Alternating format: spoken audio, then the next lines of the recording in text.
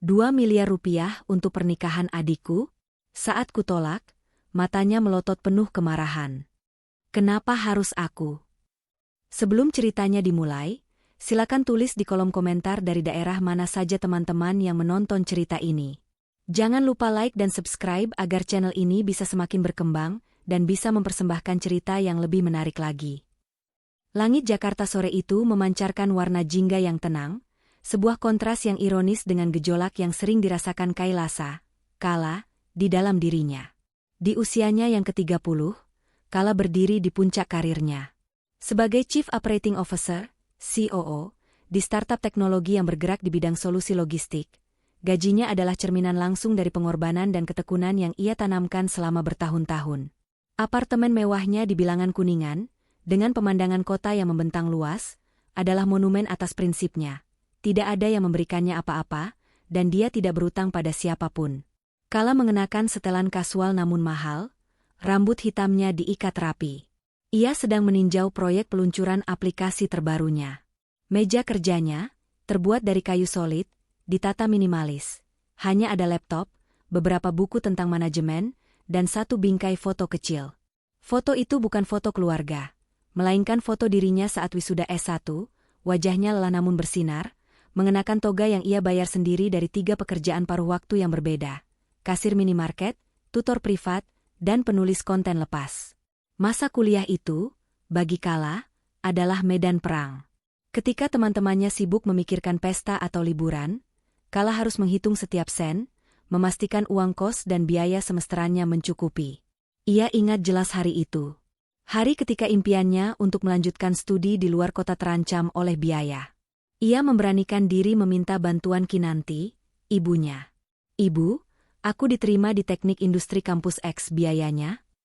Kinanti, saat itu sibuk mengatur perjalanan liburan Nanda, adik tiri atau adik kandungnya yang sangat dimanja. Kala tidak pernah benar-benar mempedulikan status persisnya, karena status sosial mereka di mata Kinanti sudah jelas, memotongnya dingin. "Urusan kuliahmu itu urusanmu sendiri. Uang yang ada harus diprioritaskan untuk Nanda. Dia anak yang lemah, dia butuh dukungan penuh. Kamu sudah besar, Kala. Mandiri sedikit, kenapa harus menyusahkan?" Kata-kata itu, menyusahkan, menancap lebih dalam daripada pisau. Sejak saat itu, Kala bersumpah, ia tidak akan pernah meminta bantuan lagi, dan ia akan memastikan dirinya mencapai titik di mana mereka yang akan membutuhkannya, tetapi ia akan memiliki kekuatan untuk menolak. Ia berhasil. Ia tidak hanya lulus dengan predikat cum laude, tetapi juga membangun karir yang stabil tanpa satupun koneksi atau bantuan finansial dari keluarganya. Sementara itu, Nanda, yang selalu dimanja dan mendapatkan segala fasilitas, kini berusia 24 tahun, masih belum lulus kuliah, gonta-ganti jurusan 3 kali, dan hidup dalam gelembung kemewahan palsu yang diciptakan orang tuanya. Ponsel Kala berdering di atas meja, memutus lamunannya. Layar menampilkan nama, Kinanti. Jantung Kala berdenyut pelan, bukan karena rindu, melainkan karena firasat buruk. Ibunya tidak pernah menelepon untuk menanyakan kabar. Kinanti selalu menelepon karena ada kebutuhan. Kala menarik napas dalam-dalam, mengambil ponsel itu, dan menggeser tombol jawab. "Halo?" Suaranya terdengar profesional dan tanpa emosi. "Kala? Oh, akhirnya kamu angkat juga." Suara Kinanti terdengar manis, terlalu manis, seolah mencoba menutupi maksud tersembunyi. "Bagaimana kabarmu, Nak? Ibu sudah lama tidak dengar kabar darimu." "Seperti yang Anda lihat, Bu. Baik-baik saja." "Ada apa?" "Saya sedang sibuk." Kala tidak sudi membuang waktu untuk basa-basi yang hambar. "Astaga, kamu ini selalu saja dingin. Ibu hanya ingin menanyakan kabarmu. Tapi, begini, Ibu ingin bertemu sebentar. Ada hal penting yang harus kita bicarakan. Ini menyangkut Nanda." Kala mengerutkan kening. "Nanda? Tentu saja. Kalau ini soal Nanda, Bu, silakan bicara dengan Nanda atau Ayah. Saya sibuk. Saya bisa transfer sejumlah uang kecil kalau Nanda butuh, tapi tolong jangan buang waktu saya dengan drama," ujar Kala, menawarkan sejumlah uang kecil yang setara gaji bulanan Nanda, hanya untuk mengakhiri pembicaraan. "Tidak, Nak. Ini bukan soal uang jajan.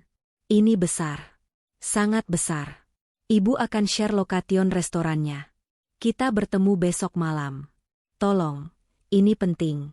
Demi keluarga. Demi keluarga. Kalimat yang selalu digunakan untuk memanipulasi dan membebani Kala.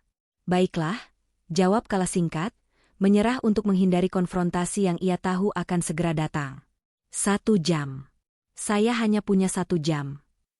Ia menutup telepon dan meletakkannya kembali. Firasat buruknya kini berubah menjadi keyakinan. Kinanti pasti akan meminta sesuatu yang mustahil. Dan kali ini, Kala siap untuk mengatakan tidak dengan suara yang jauh lebih keras daripada suara Kinanti di masa lalu. Sejak panggilan telepon itu berakhir, suasana hati Kala menurun drastis. Ia berusaha keras berkonsentrasi pada pekerjaannya, membenamkan diri dalam data logistik dan algoritma forecasting, tetapi bayangan wajah Kinanti dan Nanda terus mengganggu. Hubungan mereka selama bertahun-tahun terakhir telah menjadi serangkaian transaksi emosional dan finansial sepihak, di mana Kinanti dan Jati, ayah, mengharapkan Kala memberikan materi atau waktu, tanpa pernah mengembalikannya dalam bentuk dukungan, kasih sayang, atau bahkan rasa hormat. Kala ingat terakhir kali ia diminta hadir. 2 tahun lalu, Nanda mengadakan pesta ulang tahun mewah. Padahal Kala baru saja kehilangan kontrak besar dan sedang berjuang keras membangun ulang bisnisnya.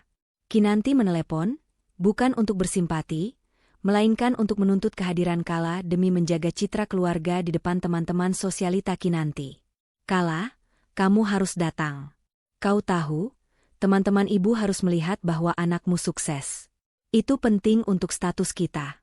Bawakan hadiah yang pantas, jangan mempermalukan ibu. Kala datang, memberikan hadiah mahal yang ia tidak mampu, dan pergi sebelum tiup lilin. Ia pergi dengan perasaan hampa dan marah. Ia hanya objek pameran, bukan anggota keluarga yang dihargai. Sekarang, 2 tahun kemudian, nada Kinanti di telepon bahkan lebih mendesak. Pukul 19.30 malam berikutnya, Kala tiba di restoran yang disebutkan Kinanti, Le Rêve, sebuah restoran Prancis kelas atas yang terkenal dengan harga menunya yang fantastis. Tempat yang, anehnya, tidak pernah ia bayangkan Kinanti mampu membayarnya, mengingat gaya hidup boros Nanda dan rumor utang ayah. Kinanti sudah duduk di sana, mengenakan gaun sutra yang rapi dan perhiasan berlebihan. Di sebelahnya duduk Jati, ayah Kala. Jati tampak menua, ekspresinya selalu waspada, seolah menunggu ledakan yang akan datang. Kala duduk di kursi seberang, menyilangkan kakinya dengan percaya diri.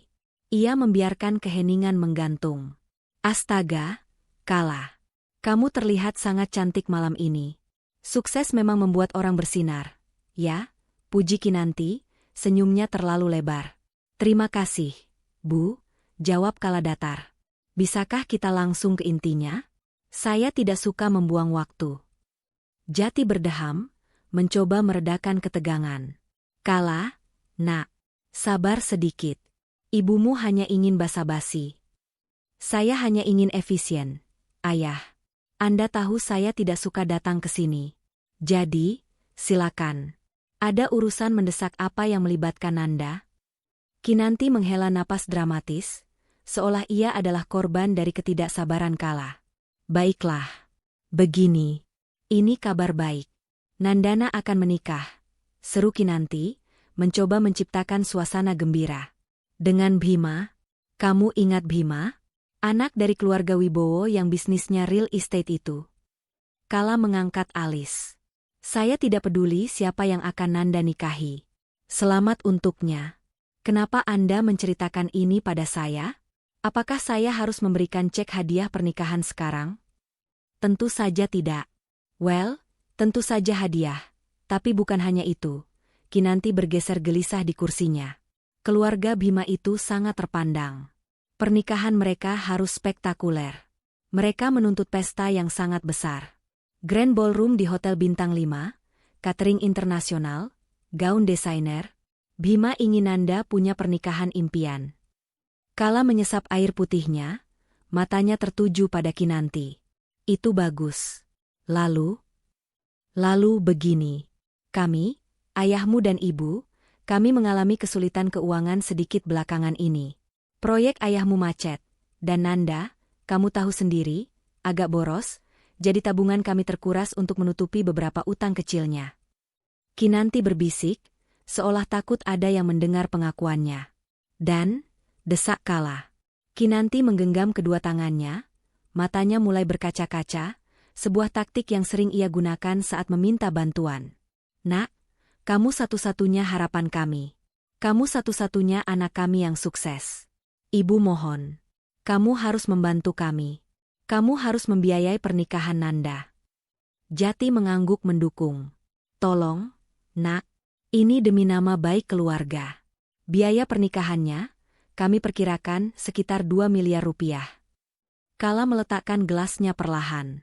Bunyi kaca yang bersentuhan dengan meja itu nyaring sekali di tengah keheningan. Ia menatap lurus ke mata Kinanti. Ekspresinya tenang, terlalu tenang.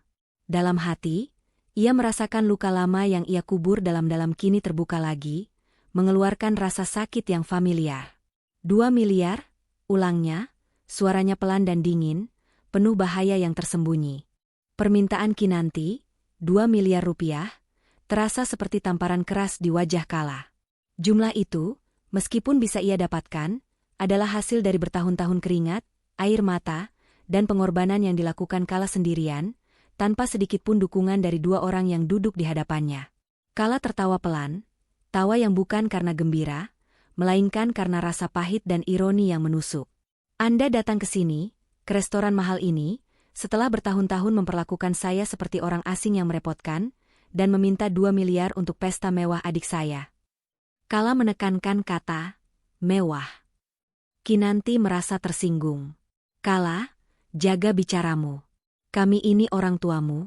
Lagi pula, apa susahnya? Kamu CEO di perusahaan besar, gajimu pasti gila-gilaan. Uang 2 miliar itu mungkin seperti uang saku bulananmu, kan? Stop, potong Kala tajam, matanya menyala. Anda tahu apa yang sulit? Sulit itu bekerja 3 shift saat kuliah. Sulit itu makan mie instan seminggu penuh karena uang semesteran baru bisa terkumpul besok. Sulit itu melihat Nanda mendapatkan semua yang ia mau, liburan ke luar negeri, mobil saat ulang tahun ke-17, uang kuliah tanpa batas, sementara saya bahkan tidak punya uang untuk membeli buku di tahun pertama. Jati mencoba menengahi lagi. Kala, Nak, jangan ungkit masa lalu. Masa lalu sudah berlalu. Sekarang ini situasi darurat. Ini masa depan Nanda. Masa lalu sudah berlalu. Kala mencondongkan tubuhnya ke depan. Masa lalu tidak pernah berlalu, Ayah. Masa lalu yang Anda bilang berlalu itu yang membentuk saya. Saya ada di sini bukan karena kalian, tapi meski kalian. Saya berhasil karena saya tahu saya tidak bisa berharap pada siapapun.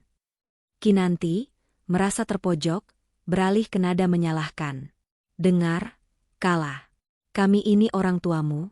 Kami berhak meminta bantuanmu. Kami membesarkanmu, memberimu tempat tinggal, makanan. Kami melakukan tugas kami. Tugas Anda? Suara Kala kini meninggi, tetapi terkontrol, menarik perhatian beberapa pengunjung lain. Tugas Anda adalah membesarkan saya dengan cinta dan keadilan, bukan dengan diskriminasi yang terang-terangan.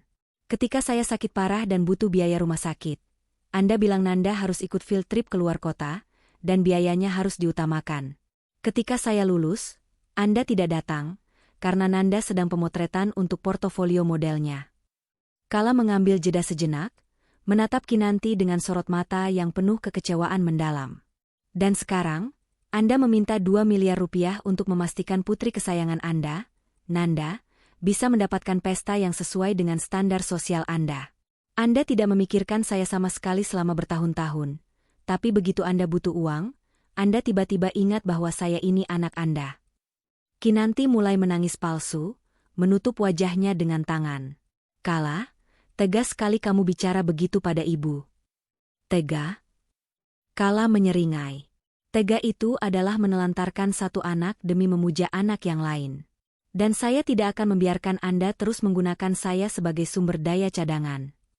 Kinanti menurunkan tangannya, wajahnya kini merah karena marah, bukan sedih. Kamu tidak punya hati. Nanda ini adikmu. Dia adalah keluarga. Apakah kamu akan membiarkan dia menanggung malu di depan keluarga calon suaminya? Itu urusan Anda, Bu. Itu konsekuensi dari pilihan Anda memprioritaskan kemewahan daripada tanggung jawab yang adil. Balas Kala. Kala lalu meluncurkan serangan baliknya, inti dari seluruh keputusannya. Kala menatap Kinanti dengan pandangan yang dingin, menusuk hingga ke tulang.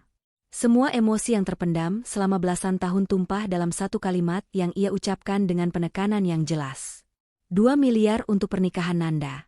Sementara saya membayar tagihan kuliah saya dengan darah dan keringat sendiri? Anda pikir saya bodoh? Kinanti dan Jati hanya bisa terdiam, terkejut oleh ketenangan Kala yang berubah menjadi badai. Kala berdiri, tubuhnya tegang, mencondongkan tubuhnya terakhir kali ke meja. Bukannya dia adalah satu-satunya anakmu. Suaranya rendah namun bergetar hebat. Anda selalu membuatnya merasa seperti itu, Bu. Setiap keputusan, setiap rupiah, setiap perhatian, selalu untuk Nanda. Anda bahkan pernah bilang, seandainya kamu tidak ada, hidup ibu akan lebih mudah. Anda ingat itu? Kinanti menggeleng, wajahnya pucat. Ibu tidak bermaksud begitu. Anda bermaksud. Dan saya mendengarnya, potong Kala tanpa ampun.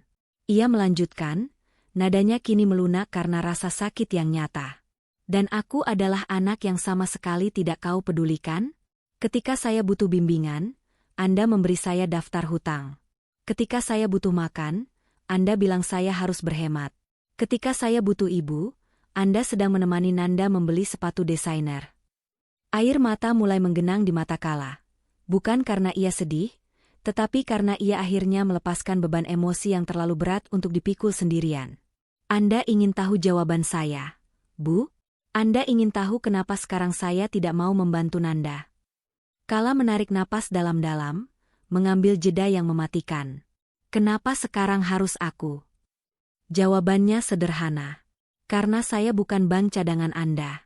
Saya bukan penyedia dana darurat Anda. Saya bukan ATM yang baru Anda ingat PIN-nya saat krisis. Saya adalah produk dari pengabaian Anda. Anda membiarkan saya berjuang dan tumbuh kuat sendirian, dan sekarang saya punya kekuatan itu. Kekuatan untuk bilang tidak. Kala merogoh tasnya, mengeluarkan dompet kecil, dan meletakkan beberapa lembar uang 100 ribuan di meja, jumlah yang lebih dari cukup untuk membayar air mineral yang ia minum. Ini, katanya, menunjuk uang itu. Untuk air minum saya. Sisanya, silakan pakai untuk membayar dessert Anda. Saya tidak akan membiayai pernikahan itu. Silakan cari solusi lain. Jual mobil mewah Nanda, atau minta ayah bekerja lebih keras, atau mintalah pada Bhima yang kaya raya itu. Ia berbalik, tidak memberikan Kinanti kesempatan untuk memohon atau mengancam lagi. Kinanti berteriak histeris. Kala, jangan pergi. Kamu anak durhaka. Kamu akan menyesal. Kala mengabaikannya, berjalan keluar dari restoran mahal itu, meninggalkan Kinanti yang menangis marah dan Jati yang tertunduk malu. Udara malam yang sejuk terasa menyegarkan di wajahnya. Untuk pertama kalinya dalam waktu yang sangat lama, Kala merasa bebas dan berkuasa atas nasibnya sendiri. Ia telah menghadapi hantu masa lalunya, dan ia menang. Kala kembali ke apartemennya, tetapi tidur adalah hal yang mustahil. Ledakan emosi di restoran tadi telah menguras energinya, namun juga memberinya energi baru, energi untuk pertahanan diri. Ia tahu Kinanti tidak akan menyerah semudah itu. Kinanti akan menggunakan semua senjata yang dimilikinya. Drama, menyalahkan, dan yang paling ditakuti Kala, tekanan sosial dari kerabat dan teman-teman lama. Kala duduk di sofa sambil memandang lampu kota. Ia mengambil hard drive lama yang berisi arsip digital kehidupannya yang disimpan sejak SMA. Ia perlu memperkuat bentengnya dengan bukti, jika Kinanti memutuskan untuk berjuang secara terbuka. Ia membuka file berjudul, Keuangan Kuliah. Data itu adalah bukti nyata pengabaian itu. Tahun 2011, permintaan bantuan uang pangkal kuliah. Jawaban Kinanti, Nanda butuh les bahasa Prancis mahal. Kamu cari beasiswa saja. Kala akhirnya bekerja di coffee shop dari pukul 18.00 23.00 untuk menutupi biaya. Tahun 2013, permintaan dana untuk program pertukaran mahasiswa. Jawaban Jati, ayah tidak punya uang. Mobil Nanda baru saja mogok dan perlu perbaikan besar. Padahal Nanda baru saja merengek meminta mobil baru.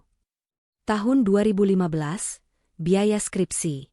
Kinanti dan Jati, tidak ada balasan.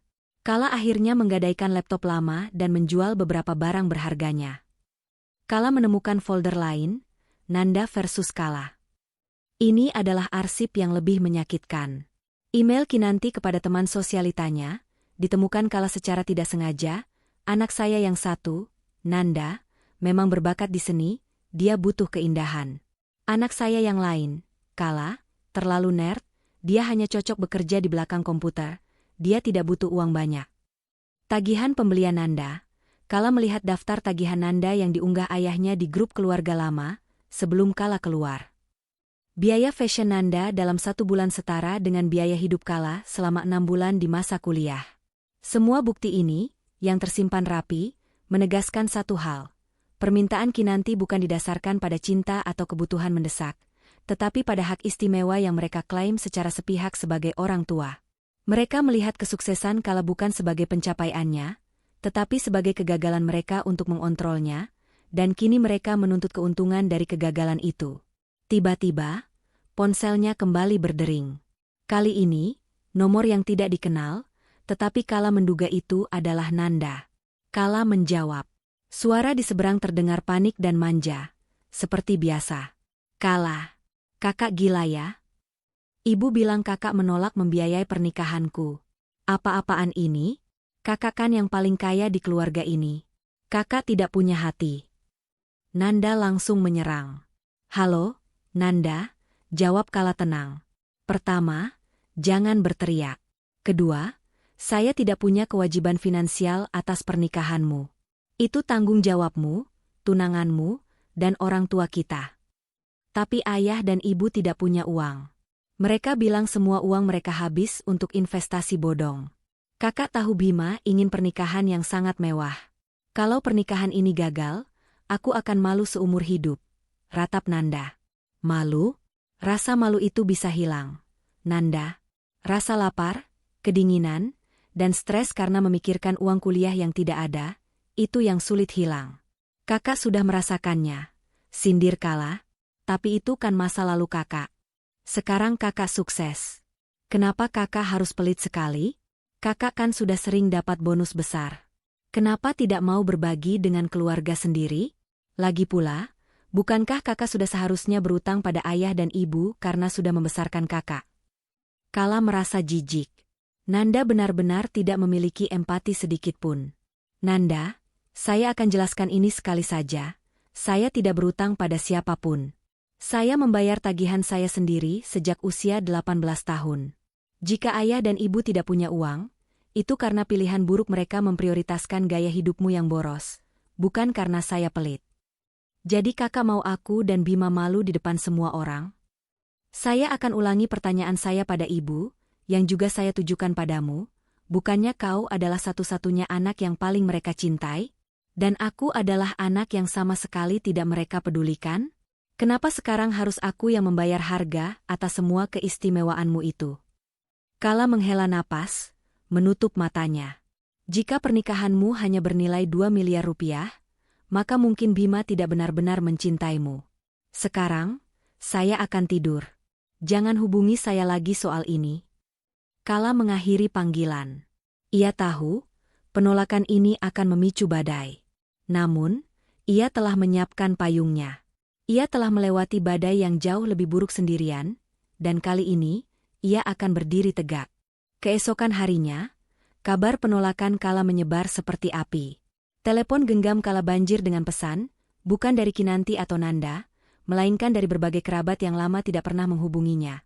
Sepupu yang ingin Kala membiayai les anaknya, bibi yang ingin ia renovasi dapur, dan kini, mereka semua bersatu padu menjadi paduan suara yang menuntut agar Kala berbakti pada orang tua. Kala, kamu terlalu keras pada ibumu. Ingat, surga di bawah telapak kaki ibu. Kamu kan sudah sukses. Nak, kenapa harus perhitungan dengan adik sendiri? Dosa kalau kamu biarkan pernikahan Nanda gagal. Kala membaca semua pesan itu dengan senyum sinis. Di masa Kala kesulitan, tidak satupun dari mereka yang menawarkan bantuan. Sekarang, Mereka muncul sebagai tentara bayaran Kinanti. Kala membalas salah satu pesan dari bibinya, "Bibi benar, surga di bawah telapak kaki ibu. Tapi ibu saya tidak pernah menyediakan tempat untuk saya berdiri di surga itu. Beliau sibuk menyediakan karpet merah untuk Nanda. Saya bukan ban keluarga. Terima kasih atas nasihatnya." Ia tahu, pertempuran ini bukan lagi tentang uang, melainkan tentang prinsip dan batas diri. Pekerjaan Kala menuntutnya untuk menganalisis data dan mencari akar masalah. Ia menerapkan hal yang sama pada masalah keluarganya. Ia mulai menyusun kronologi pengabaiannya dengan lebih detail, sebuah dokumen yang akan ia gunakan jika Kinanti melakukan serangan publik. Kala mengingat kembali satu momen krusial yang paling menyakitkan.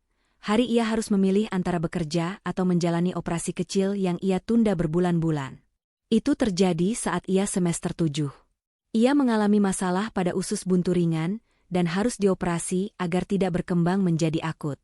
Biayanya tidak terlalu besar, tetapi cukup mematikan untuk kantong mahasiswi yang hidupnya tergantung pada upah per jam. Ia menelepon Kinanti, suaranya lemah karena menahan sakit. "Bu, aku harus operasi minggu depan. Aku sudah cari pinjaman, tapi masih kurang. Bisakah ibu bantu sedikit saja?" Kinanti mendengus di seberang telepon. "Operasi? Kamu terlalu manja. Itu hanya sakit perut biasa. Nanda baru saja diterima di klub golf eksklusif, dan biaya keanggotaannya sangat besar. Kamu kan bisa pinjam ke temanmu yang kaya itu. Jangan selalu merepotkan ibu." Kala tidak punya teman kaya. Ia tidak punya waktu untuk berteman. Ia akhirnya memutuskan untuk mengambil pinjaman mikro dengan bunga tinggi dan bekerja shift ganda, menunda operasi hingga liburan semester. Kenyataan itu hampir membuatnya kolaps. Sementara Kinanti menolak biaya medis anaknya, di tahun yang sama, Nanda mendapatkan hadiah mobil sedan mewah dari ayah sebagai hadiah ulang tahun. Kala menyadari, bagi Kinanti, Nanda adalah investasi yang harus terus diberi modal agar menghasilkan citra sosial yang tinggi. Kala adalah aset rusak yang harus dibuang, kecuali jika ia bisa digunakan untuk mendanai investasi utama itu. Rasa sakit itu kini bukan lagi air mata, melainkan baja yang melapisi hatinya. Ia tidak akan tunduk.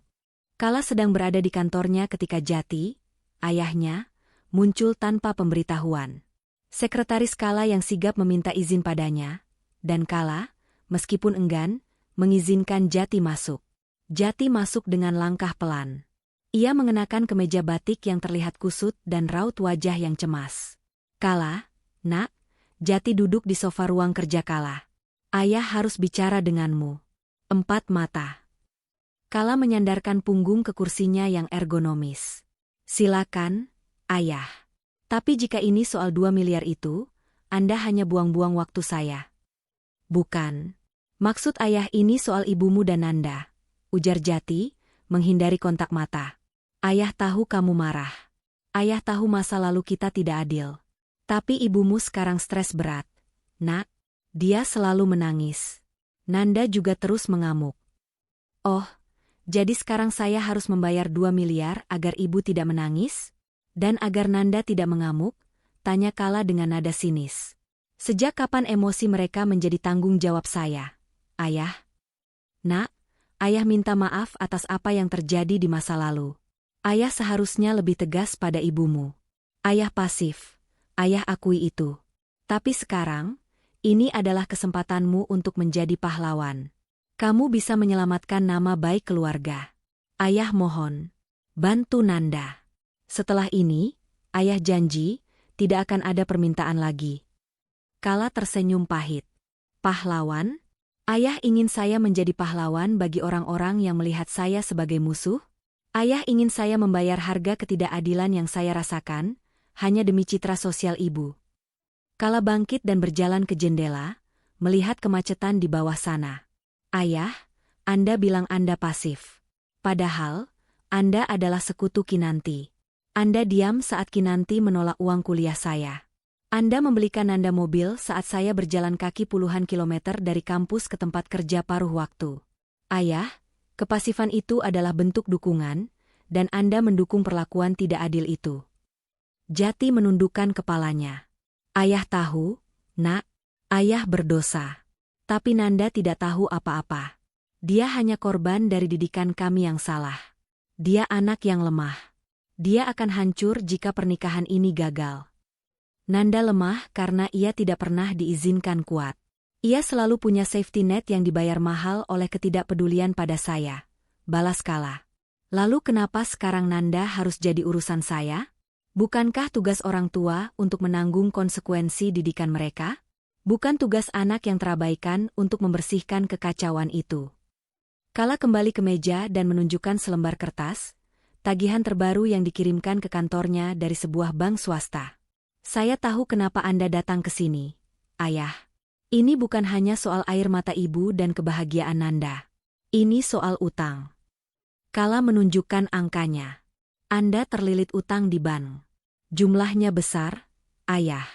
Utang ini berasal dari pinjaman atas nama perusahaan yang gagal, dan saya tahu, sebagian besar dana itu digunakan untuk menutupi gaya hidup Nanda dan beberapa tagihan pribadi Kinanti.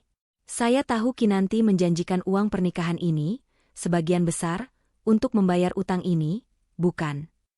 Jati tersentak, wajahnya benar-benar pucat.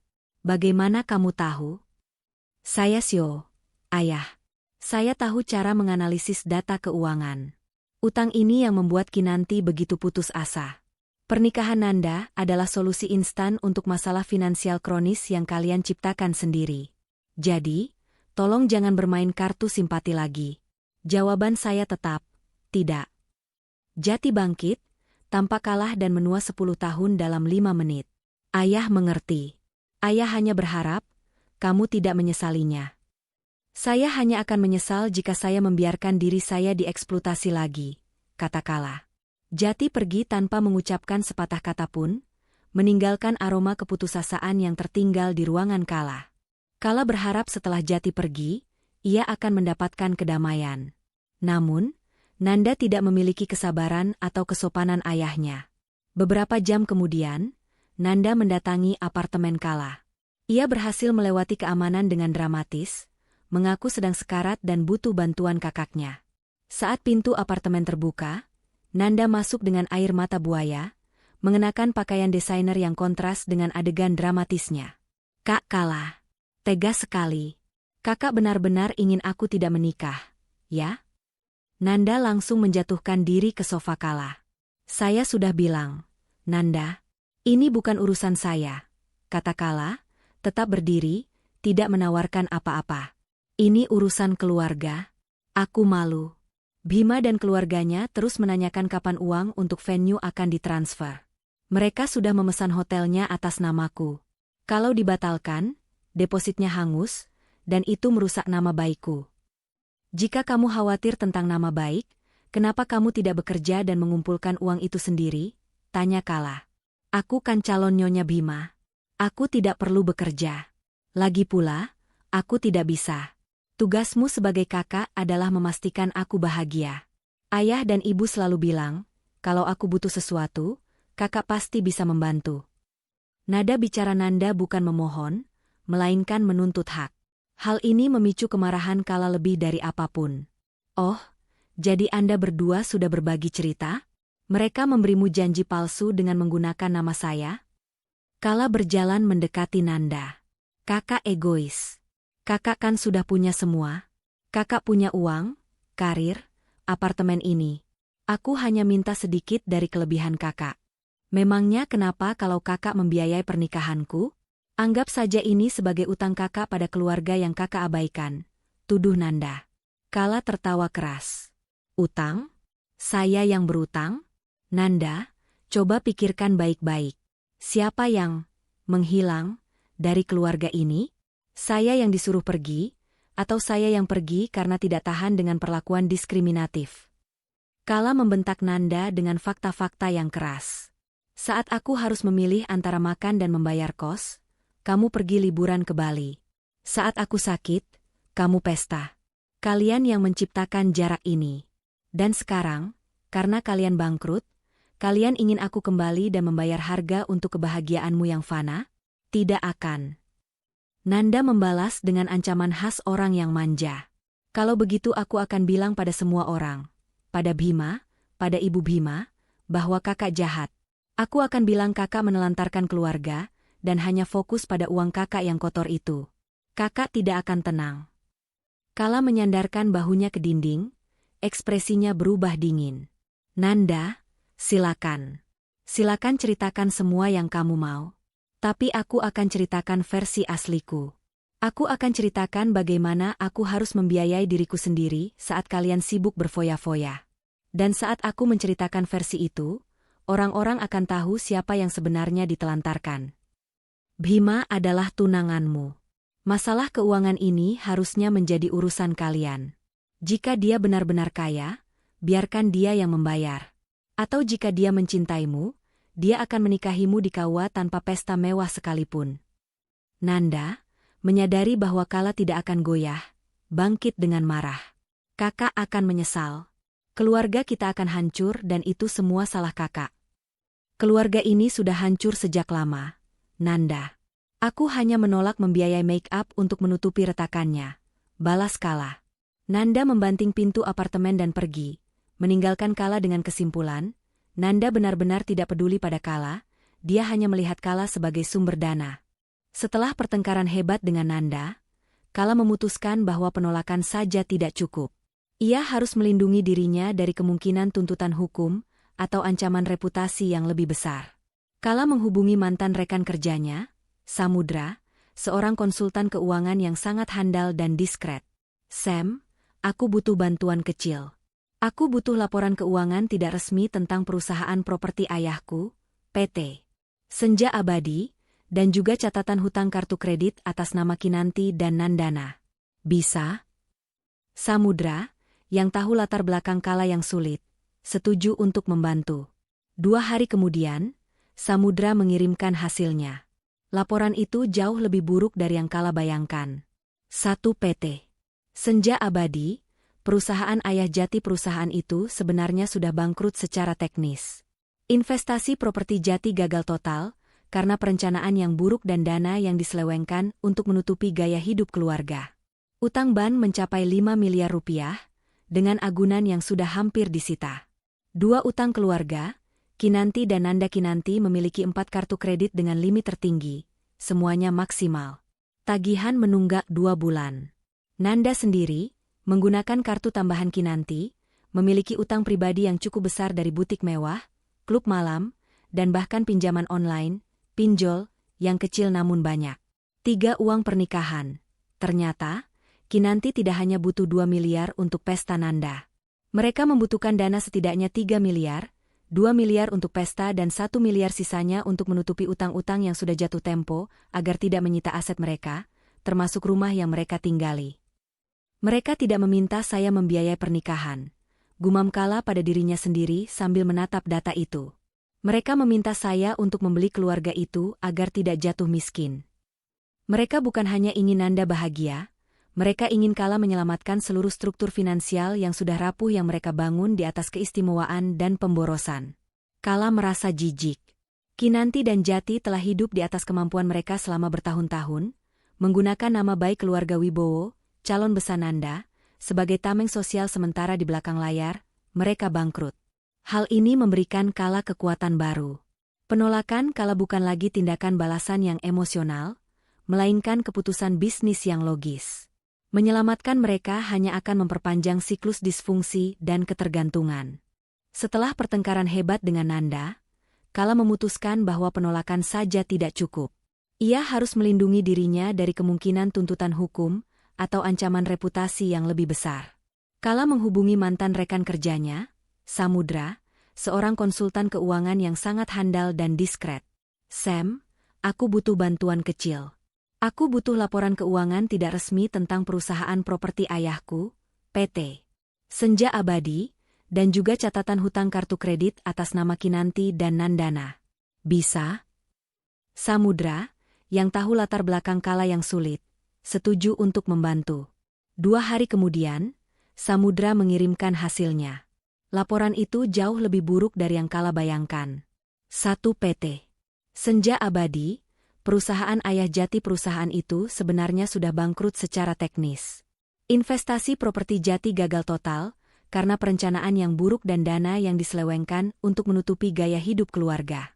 Utang ban mencapai 5 miliar rupiah, dengan agunan yang sudah hampir disita. 2 utang keluarga, Kinanti dan Nanda. Kinanti memiliki 4 kartu kredit dengan limit tertinggi, semuanya maksimal. Tagihan menunggak 2 bulan. Nanda sendiri, menggunakan kartu tambahan Kinanti, memiliki utang pribadi yang cukup besar dari butik mewah, klub malam, dan bahkan pinjaman online, pinjol, yang kecil namun banyak. 3 uang pernikahan. Ternyata, Kinanti tidak hanya butuh 2 miliar untuk pesta Nanda. Mereka membutuhkan dana setidaknya 3 miliar, 2 miliar untuk pesta dan 1 miliar sisanya untuk menutupi utang-utang yang sudah jatuh tempo agar tidak menyita aset mereka, termasuk rumah yang mereka tinggali. Mereka tidak meminta saya membiayai pernikahan, gumam Kala pada dirinya sendiri sambil menatap data itu. Mereka meminta saya untuk membeli keluarga itu agar tidak jatuh miskin. Mereka bukan hanya ingin Nanda bahagia, mereka ingin Kala menyelamatkan seluruh struktur finansial yang sudah rapuh yang mereka bangun di atas keistimewaan dan pemborosan. Kala merasa jijik.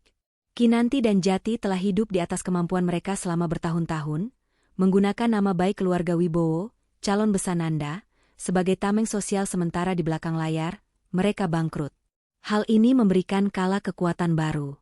Penolakan Kala bukan lagi tindakan balasan yang emosional, melainkan keputusan bisnis yang logis. Menyelamatkan mereka hanya akan memperpanjang siklus disfungsi dan ketergantungan. Bab 10.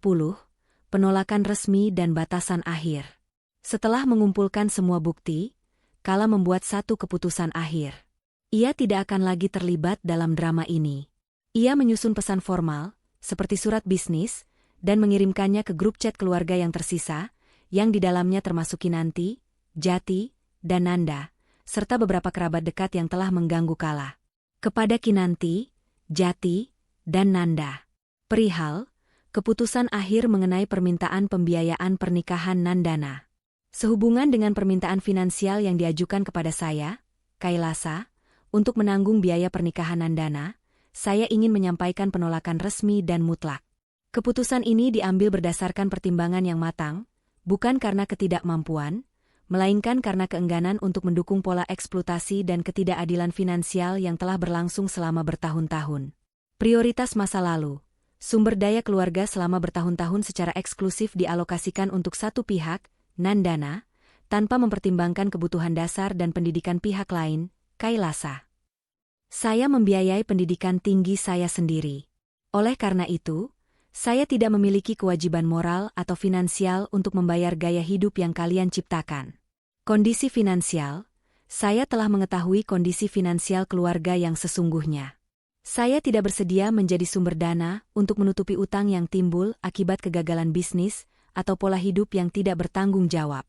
Batasan hubungan ini harus dibangun atas dasar rasa hormat dan kesetaraan, bukan tuntutan dan manipulasi. Saya telah menetapkan batasan yang jelas. Setiap upaya lebih lanjut untuk meminta, menuntut, atau memaksa saya membiayai pernikahan ini, termasuk melalui ancaman sosial atau pencemaran nama baik, akan ditanggapi dengan tindakan hukum yang tegas dan pengungkapan publik atas fakta-fakta yang sebenarnya. Saya berharap kalian mencari solusi yang realistis atas masalah finansial dan pernikahan ini. Saya tidak akan menjawab telepon atau pesan lebih lanjut mengenai masalah ini. Hormat saya, Kailasa. Kala menekan tombol kirim. Tangannya tidak gemetar. Ia tidak merasa bersalah. Yang ia rasakan hanyalah kelegaan yang luar biasa.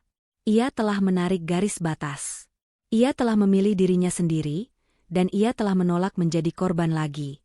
Pertarungan emosional babak 1 dan 2 telah berakhir. Kini, ia menunggu konsekuensi dari penolakan kerasnya itu. Setelah menerima pesan penolakan resmi dari Kala, Kinanti meledak. Ia melihat surat itu bukan sebagai batasan, melainkan sebagai deklarasi perang. Kinanti langsung melancarkan kampanye hitam dengan senjata terkuatnya, drama sosial. Ia mulai menelepon semua kenalannya, teman-teman sosialitanya, dan bahkan beberapa rekan bisnis Jati. Kinanti memutarbalikkan fakta, menggambarkan Kala sebagai sosok yang jahat, rakus, dan durhaka. Kala benar-benar sudah dibutakan oleh uangnya. Ratap Kinanti kepada teman-temannya di acara arisan sosialita. Dia menolak membiayai pernikahan adik kandungnya sendiri. Dia tega membiarkan Nanda menanggung malu di depan calon suaminya yang sangat terpandang. Dia bilang, uang 2 miliar itu tidak sepadan dengan usahanya. Cerita Kinanti menyebar luas di kalangan sosialita kelas atas Jakarta. Banyak yang bersimpati pada Kinanti, melihatnya sebagai ibu malang yang diperalat oleh anak sukses yang melupakan jasa orang tua. Beberapa rekan bisnis Jati mulai bertanya-tanya, apakah kala sesulit itu dalam berbisnis, menggabungkan masalah pribadi dengan citra profesionalnya. Salah satu dampaknya terasa saat makan siang bisnis. Kala bertemu dengan Bapak Tirtayasa, seorang investor potensial. Nona Kailasa, saya harus jujur, kata Bapak Tirtayasa setelah kala mempresentasikan proposalnya. Saya mendengar kabar yang tidak menyenangkan dari lingkungan sosial. Mereka bilang, Anda sangat kejam dan tidak memiliki hati nurani, menolak membantu keluarga sendiri. Kala menatap Bapak Tirtayasa dengan tatapan tenang. Bapak Tirtayasa, saya tidak mencampurkan urusan keluarga dengan bisnis. Tetapi jika Anda ingin tahu, saya bisa menceritakannya. Saya adalah produk dari didikan yang keras, yang saya jalani sendiri sejak usia 18 tahun. Saya tidak pernah mendapatkan dukungan finansial, namun sekarang saya dituntut untuk menanggung utang yang tidak saya ciptakan. Bisnis saya dibangun di atas prinsip keadilan dan transparansi. Saya menolak untuk dieksploitasi oleh siapapun, termasuk keluarga saya sendiri. Jika Anda mencari CEO yang rela mengorbankan integritasnya demi drama pribadi, maka saya bukan orangnya. Saya pastikan, uang yang saya dapatkan adalah hasil kerja keras, dan saya tahu betul nilai dari setiap rupiah. Bukankah itu yang Anda cari dari seorang mitra bisnis? Bapak Tirtayasa terdiam. Logika kala, meskipun dingin, ternyata lebih meyakinkan daripada drama Kinanti. Ia akhirnya sepakat untuk melanjutkan negosiasi. Namun, kala tahu, ia tidak bisa terus-menerus menceritakan kisah sedihnya. Ia harus mengambil langkah proaktif untuk membungkam Kinanti. Kala memutuskan untuk menyerang balik Kinanti, tetapi dengan cara yang cerdas dan strategis. Ia tidak akan drama, melainkan menyajikan fakta. Ia mengatur pertemuan dengan Ibu Puspa, salah satu figur sosialita yang sangat dihormati dan juga teman lama Kinanti yang pernah bersimpati pada kala di masa sulitnya. Ibu Puspa adalah sosok yang netral dan dipercaya di kalangan mereka.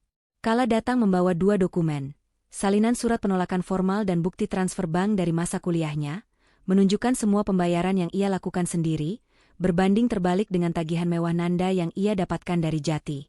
Ibu Puspa, Kinanti sedang mencemarkan nama baik saya. Dia bilang saya anak durhaka, ujar Kala. Saya di sini bukan untuk mengeluh, tapi untuk menunjukkan kebenaran. Kala menunjukkan bukti pembayaran kuliahnya. Saya bekerja mati-matian, Bu. Sementara di tahun yang sama, Nanda mendapatkan ini. Kala menunjukkan bukti pembelian mobil Nanda dan biaya liburan mewah ke Eropa. Permintaan mereka sekarang bukan untuk pernikahan Nanda, melainkan untuk membayar utang miliaran yang mereka sembunyikan dari Anda semua. Utang ini lahir dari gaya hidup Nanda yang boros dan kegagalan finansial ayah. Mereka ingin saya menutupi kebangkrutan mereka. Ibu Puspa, yang selama ini hanya mendengar drama air mata Kinanti, terkejut melihat angka-angka yang konkret itu. Ya Tuhan, Kinanti benar-benar keterlaluan. Dia menuntutmu membayar atas semua yang dia tolak memberikannya kepadamu, kata Ibu Puspa. Tolong, Bu. Saya tidak ingin merusak nama baik ibu saya, tetapi saya juga tidak ingin citra saya hancur hanya karena saya menolak menjadi korban lagi. Saya percaya, kejujuran akan mengakhiri kampanye ini, pinta Kala. Ibu Puspa setuju untuk bicara. Dalam waktu singkat, cerita Kinanti yang dramatis mulai dipertanyakan di kalangan sosialita. Bisik-bisik mulai berubah. Kinanti adalah ibu yang diskriminatif, dan Kala adalah anak yang mandiri yang akhirnya menolak dieksploitasi. Kinanti, yang tadinya merasa di atas angin, kini mulai terisolasi. Senjatanya, drama sosial, mulai tumpul. Kala menyadari bahwa kegigihan Kinanti bukan hanya karena keputusasaan finansial mereka, tetapi juga karena tuntutan dari pihak calon besan, keluarga Bhima. Tuntutan untuk pernikahan mewah sebesar 2 miliar rupiah terasa tidak proporsional bagi keluarga yang diklaim kaya raya. Kala meminta Samudra untuk menggali lebih dalam, bukan hanya keuangannya sendiri, tetapi juga kerana Bhima, tunangan Nanda. Samudra kembali dengan penemuan yang mencengangkan. Kala, Kau benar. Keluarga Wibowo, keluarga Bhima, sedang menghadapi masalah likuiditas yang parah. Ayah Bhima, yang katanya pebisnis real estate sukses, terlilit kasus penipuan tanah yang melibatkan utang ratusan miliar. Bisnis mereka sedang disita. Jadi, mereka tidak kaya? Tanya Kala. Mereka kaya di atas kertas yang sudah robek. Mereka membutuhkan suntikan dana cepat. Dan pernikahan Bhima Nanda, itu adalah upaya putus asa untuk mendapatkan uang dari keluarga perempuan. Artinya, tuntutan 2 miliar rupiah untuk pesta mewah itu bukan untuk Nanda. Tepat, jawab Samudra. Skenarionya, mereka menuntut pernikahan mewah yang harus dibayar Kinanti. Sebagian besar uang itu, setelah melalui berbagai vendor fiktif atau markup harga, akan masuk kembali ke kantong keluarga Bhima untuk menutup lubang utang mereka. Pernikahan ini adalah transaksi bisnis berkedok cinta. Kala merasa mual. Kinanti dan Nanda tidak hanya mencoba memanipulasi Kala, tetapi mereka sendiri adalah korban, atau subjek, manipulasi yang lebih besar. Ternyata, Bhima dan keluarganya tahu tentang reputasi Nanda yang manja dan boros, tetapi mereka melihatnya sebagai pintu gerbang menuju uang dari Kinanti. Begitu Kinanti gagal, mereka mengalihkan target. Kala, si anak ajaib yang sukses. Kala kini menghadapi dilema. Jika ia mengungkapkan hal ini, ia tidak hanya akan menyelamatkan dirinya sendiri, tetapi juga Nanda dari pernikahan yang merusak. Meskipun Nanda tidak pantas diselamatkan, Kala tidak ingin Nanda tenggelam dalam kebangkrutan yang lebih besar. Tekanan dari penolakan Kala dan kampanye hitam Kinanti yang gagal membuat Jati semakin terpuruk. Ia tahu, kebenaran tentang kebangkrutan mereka akan segera terungkap. Jati mengatur pertemuan lain dengan Kala, kali ini di sebuah kafe sepi yang jauh dari keramaian. Jati datang sendiri, tampak lusuh dan hancur. Kala, ayah tahu kamu sudah tahu semua. Utang-utang itu, kebangkrutan itu, Jati memulai dengan suara serak. Ayah tidak akan memintamu uang lagi. Ayah hanya ingin mengungkapkan sesuatu yang selama ini ayah sembunyikan. Jati menarik napas panjang. Kinanti, dia tidak pernah menginginkanmu. Kamu tahu kenapa Nanda selalu menjadi prioritas utama? Bukan hanya karena dia lebih manja. Tapi karena Kinanti selalu menyalahkanmu atas kegagalan bisnis ayah yang terjadi sesaat setelah kamu lahir. Kala menatap ayahnya, terkejut. Ini adalah luka yang lebih dalam dari sekadar masalah uang. Kinanti punya pemikiran tahayul, lanjut Jati. Dia percaya kamu membawa kesialan. Dia tidak pernah terang-terangan mengatakan itu, tetapi dia selalu memposisikan Nanda sebagai anak pembawa keberuntungan yang harus dilindungi dan disuplai, sementara kamu harus menjauh agar kesialan tidak menular. Itu sebabnya dia tidak pernah membiayai kuliahmu? Itu sebabnya dia tega membiarkan saya sakit? Tanya Kala, suaranya hampir tidak terdengar. Ya, itu adalah cara pasif-agresif Kinanti untuk mengusir MU tanpa benar-benar mengusirmu. Dia ingin kamu mandiri, bukan karena cinta, tetapi agar kamu menjauh dan, kesialan, itu tidak lagi menimpa keluarga. Nanda adalah alibi Kinanti untuk cintanya yang tidak dia berikan padamu. Jati menangis pelan. Ayah tahu ini gila. Ayah seharusnya membela kamu, tapi Kinanti selalu mengancam ayah akan menceraikannya dan membawa Nanda pergi. Ayah pengecut. Ayah minta maaf. Nak, ayah minta maaf karena memilih perdamaian dalam rumah tangga yang hampa, daripada kebahagiaanmu. Pengakuan itu menghancurkan Kala. Kinanti bukan hanya ibu yang diskriminatif. Dia adalah ibu yang kejam karena alasan tak masuk akal. Semua rasa sakit yang ia rasakan ternyata memiliki akar yang jauh lebih gelap. Kala memegang tangan ayahnya. Saya memaafkan Anda, ayah. Tapi pengampunan tidak berarti pembiayaan. Saya menghargai kejujuran Anda, tapi saya tidak akan membayar harga atas keyakinan gila Kinanti itu. Jati mengangguk. Ayah mengerti. Ayah hanya ingin kamu tahu, kamu tidak membawa kesialan. Kamu adalah anak yang luar biasa. Anak yang kuat. Pengungkapan tentang Bhima dan motif gelap Kinanti memberikan Kala sebuah misi baru. Nanda harus tahu. Nanda harus berhenti menjadi pion dalam permainan gila ini. Kala menelepon Nanda, memintanya bertemu di sebuah kafe. Nanda datang dengan wajah cemberut, masih marah karena penolakan Kala. Aku tidak punya banyak waktu, Aku harus fitting gown, kata Nanda ketus. Batalkan fitting MU, Nanda, kata Kala, matanya tajam. Pernikahanmu tidak akan pernah terjadi. Jangan bercanda, Kak. Dengar, Nanda. Aku tidak akan membiayai pernikahan ini, dan bukan hanya karena ibu. Aku tidak akan membiayainya karena Bhima tidak mencintaimu. Nanda tertawa mengejek. Tentu saja dia mencintaiku. Kami akan menikah. Bhima dan keluarganya sedang bangkrut. Ayahnya terlibat utang dan penipuan besar. Kata Kala, langsung menusuk. Permintaan pernikahan mewah itu bukan untuk kebahagiaanmu. Itu adalah cara licik mereka untuk mendapatkan uang dari orang tua kita, yang sebagian besar akan mereka ambil kembali setelah pernikahan, untuk menutupi utang mereka. Kala menunjukkan ringkasan data finansial Bhima yang disiapkan Samudra. Nanda melihat angka-angka itu. Awalnya ia menolak, membanting meja. Tidak mungkin. Bhima tidak mungkin sejahat itu. Dia sangat romantis. Romantis itu murah, Nanda. Uang yang kamu minta dariku adalah buktinya. Jika Bhima benar-benar kaya, dia tidak akan menuntut ibu yang sudah bangkrut untuk membiayai pesta 2 miliar. Dia memanfaatkanmu, Nanda. Dia memanfaatkan kepolosanmu, dan dia memanfaatkan keegoisan ibu yang sangat ingin pamer besan kaya. Nanda mulai menangis, bukan karena drama, melainkan karena rasa sakit yang nyata.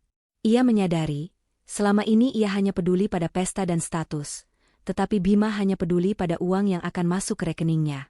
Jadi, ibu juga tahu tentang ini? Tanya Nanda, suaranya bergetar. Ibu mungkin tidak tahu detail utang Bhima. Tetapi ibu sangat tahu bahwa kalian bangkrut dan sangat butuh uang.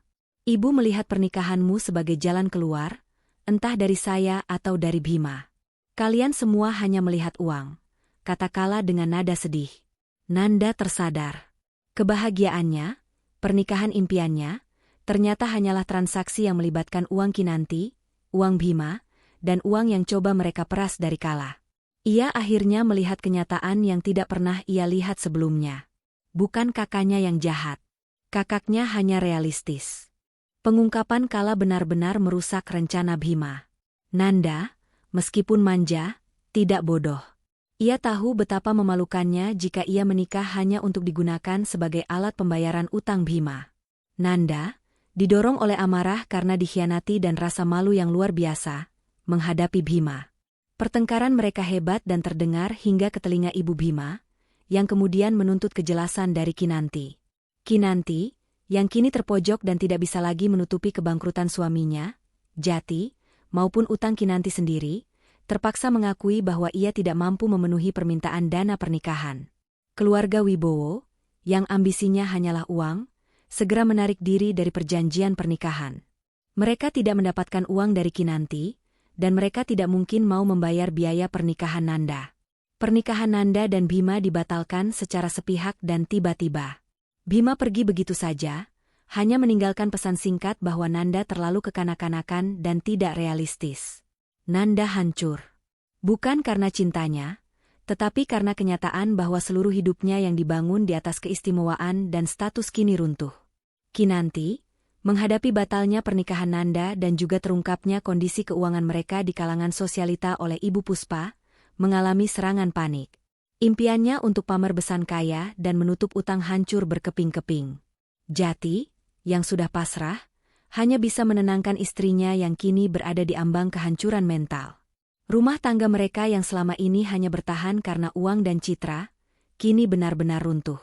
Kala mendengar kabar pembatalan itu dari ayahnya. Kala tidak merasakan kemenangan.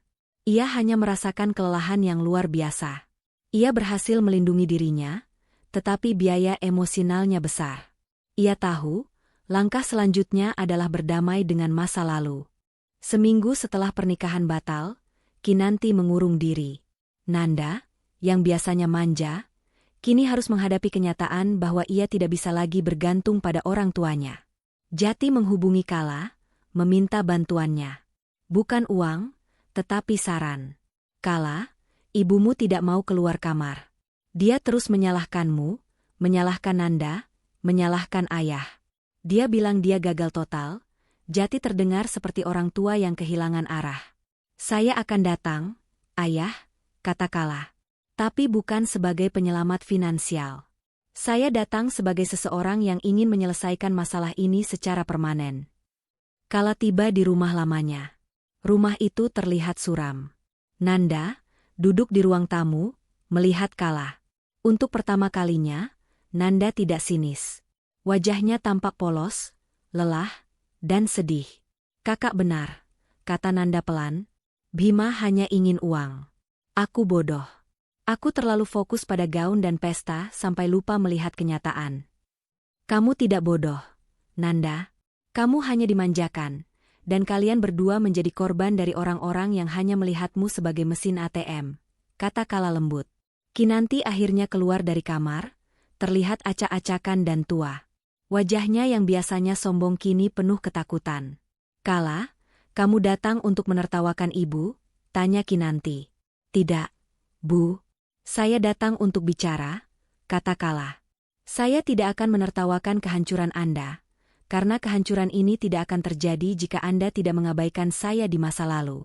Semua ini adalah konsekuensi dari pilihan Anda. Kinanti tiba-tiba menangis terseduh-seduh, bukan tangisan drama, melainkan luapan penyesalan yang nyata. Ibu minta maaf, Kala. Ibu minta maaf. Ibu adalah ibu yang buruk. Ibu hanya memikirkan Bhima, uang, dan status. Ibu lupa betapa kerasnya kamu berjuang. Maafkan ibu karena ibu terlalu egois. Kinanti memeluk Kala. Pelukan yang canggung, tetapi nyata. Kala tidak membalas pelukan itu, tetapi ia tidak menolaknya. Kinanti akhirnya mengakui kesalahannya. Pengakuan itu adalah hal yang paling Kala butuhkan, bukan uang.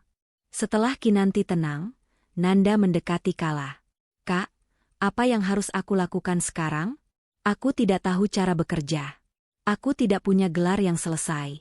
Aku tidak tahu apa-apa selain belanja dan hangout. Nanda terlihat benar-benar putus asa. Kala duduk di samping adiknya. Nanda, kamu punya pilihan.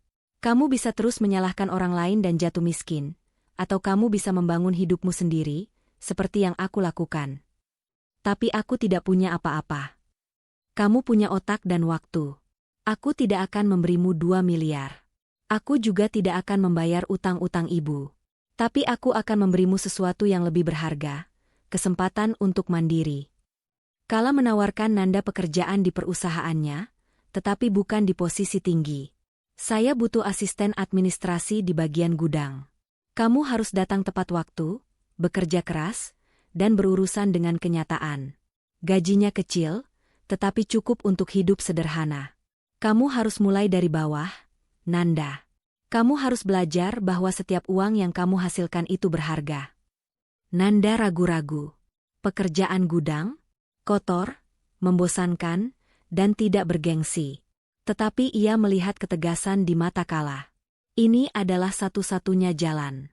Aku akan mencobanya, Kak, jawab Nanda. Kala mengangguk. Bagus. Dan jangan pernah berutang lagi.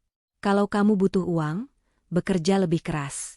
Jangan datang lagi kepadaku atau orang tua kita. Kala bertemu Kinanti dan Jati di ruang tamu untuk sesi terakhir. Saya sudah memaafkan kalian atas masa lalu. Tetapi memaafkan bukan berarti melupakan. Saya akan tetap menjaga jarak yang sehat, kata Kala. Mulai sekarang, ini batasannya. Keuangan, saya tidak akan pernah lagi menanggung utang atau biaya hidup kalian. Kalian harus menjual aset-aset yang tidak perlu untuk membayar utang bank dan mulai hidup sesuai kemampuan. Nanda, saya akan membantu Nanda mendapatkan pekerjaan, tetapi sisanya adalah urusannya. Jangan gunakan dia sebagai alasan untuk meminta uang dari saya. Hubungan, kita bisa bertemu sesekali, tetapi hanya atas dasar rasa hormat. Jika ada drama, ancaman, atau permintaan uang, saya akan menghilang secara permanen. Kinanti mengangguk, kali ini tanpa perlawanan. Jati terlihat lega karena beban rahasia itu akhirnya terangkat. Terima kasih, Nak, ujar Jati tulus.